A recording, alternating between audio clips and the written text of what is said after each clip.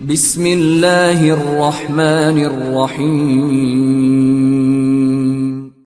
اب سوال یہ کہ میں اپنی تربیت کتنی کرتا ہوں۔ پہلے مجھے یہ سمجھنا چاہیے یہ جو مشین خدا نے مجھے دی ہے، دنیا کی سب سے کمپلیکیٹڈ ترین مشین اگر ہے انسان ہے۔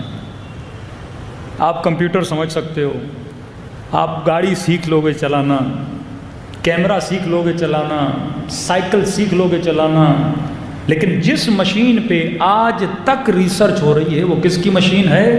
انسان کی مشین ہے۔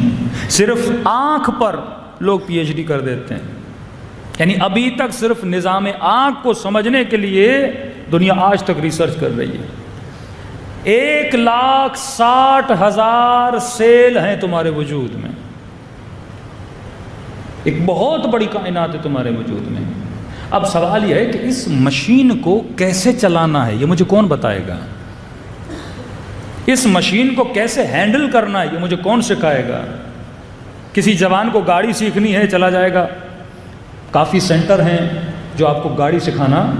کسی کو پروگرامنگ سیکھنی ہے وہ چلا جائے گا کسی آئی ٹی سینٹر میں پروگرامنگ سیکھ، کسی کو لینگویج سیکھنی ہے چلا جائے گا لینگویج، کسی کو ڈاکٹر بننا ہے بھائی یہ لمس یونیورسٹی ہے یا فلاں یونیورسٹی ہے وہاں چلے جاؤ ڈاکٹری سیکھ جائے گا۔ M B A, B com, M com, جتنے بھی دنیا کے سبجیکٹ ہیں آپ کے لیے کوئی نہ کوئی یونیورسٹی ہے، لیکن ہے کوئی دنیا میں ایسی یونیورسٹی جو مجھے یہ بتائے اس انسان کی مشین کو کیسے چلایا جاتا ہے؟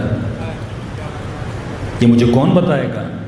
جو اس کا کریٹر ہے، جو اس کا خالق ہے، جو اس کی باریک بینیوں کو جانتا ہے، جو دنیا کے پورے سسٹم کو جانتا ہے۔ ڈاکٹرز 25 سال پڑھنے کے بعد بھی آپریشن کرتے ہوئے غلطیاں کر دیتے ہیں۔ جناب گیا سیدھا دانت نکالنے، اس نے الٹا نکال دیا۔ کئی ڈاکٹروں نے آپریشن کرتے اندر کینچی چھوڑ دی۔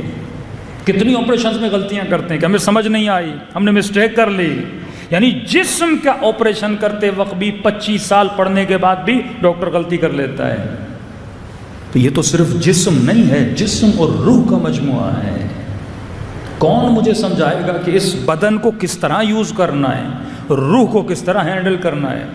اب مولا علی نشانی بتاتے ہیں، اہل بیت فرماتے ہیں با ایمان شخص کی نشانی یہ ہے کہ با ایمان بندہ ہمیشہ خوش رہتا ہے۔ اگر میں دن میں 5 وقت کی نماز پڑھ رہا ہوں اور اس نماز پڑھنے کے بعد بھی ڈپریشن و پریشانی کا شکار ہوں، اس کا مطلب اس نماز نے مجھے کچھ بھی نہیں دیا۔ کہا مومن اصل کی طرح، فارسی میں کہتے ہیں قند کی طرح، اردو میں بولے چلو گڑ کی طرح میٹھا ہوتا ہے۔ مومن شہد کی طرح میٹھا ہوتا ہے، مطلب یہ اندر سے خوش ہوگا تو اگلے کو خوشی دے گا نا، خود ریلیکس ہوگا تو اگلے کو ریلیکس کر پائے گا نا۔ دوسرا فرمان مومن کبھی زود رنج نہیں ہوتا، مطلب بہت جلدی غصے میں نہیں آتا، بات بات پہ ناراض نہیں ہوتا، بات بات پہ چڑھتا نہیں ہے۔ یہ نشانیاں ہیں عدم ایمان کی، یہ نشانیاں ہیں کہ تمہاری روح تجھ سے راضی نہیں ہے، کہ تجھے بہت چھوٹی بات پہ بہت جلدی غصہ آ جاتا ہے، چھوٹی چھوٹی خوشیاں ملتی ہیں اور بہت جلدی تو ناراض ہو جاتا ہے۔ کہ نہیں، مومن ہمیشہ سکون میں ہوتا ہے۔ یہ کیسے ممکن ہے کوئی دن میں 5 وقت اپنے عاشق سے ملے پھر بھی اسے سکون نہ ملے؟ یہ ناراض تب رہتا ہے جب یہ مصلی سے دور ہوتا ہے، یہ غمگین تب ہوتا ہے جب یہ قرآن سے دور ہوتا ہے، یہ غمگین تب ہوتا ہے جب یہ ذکر محمد اور آل محمد سے دور ہوتا ہے۔ آپ کیا سمجھتے ہیں صرف یہ لذتیں دنیا والوں کے لیے؟ صرف ان کے لیے میں قدا ہے، ان کے لیے شراب ہے، ان کے لیے عیاشیاں ہیں؟ کہ اللہ والوں کی بھی عیاشیاں ہیں۔ اللہ والے عیش کرتے ہیں جب دعائے کمیل پڑھتے ہیں۔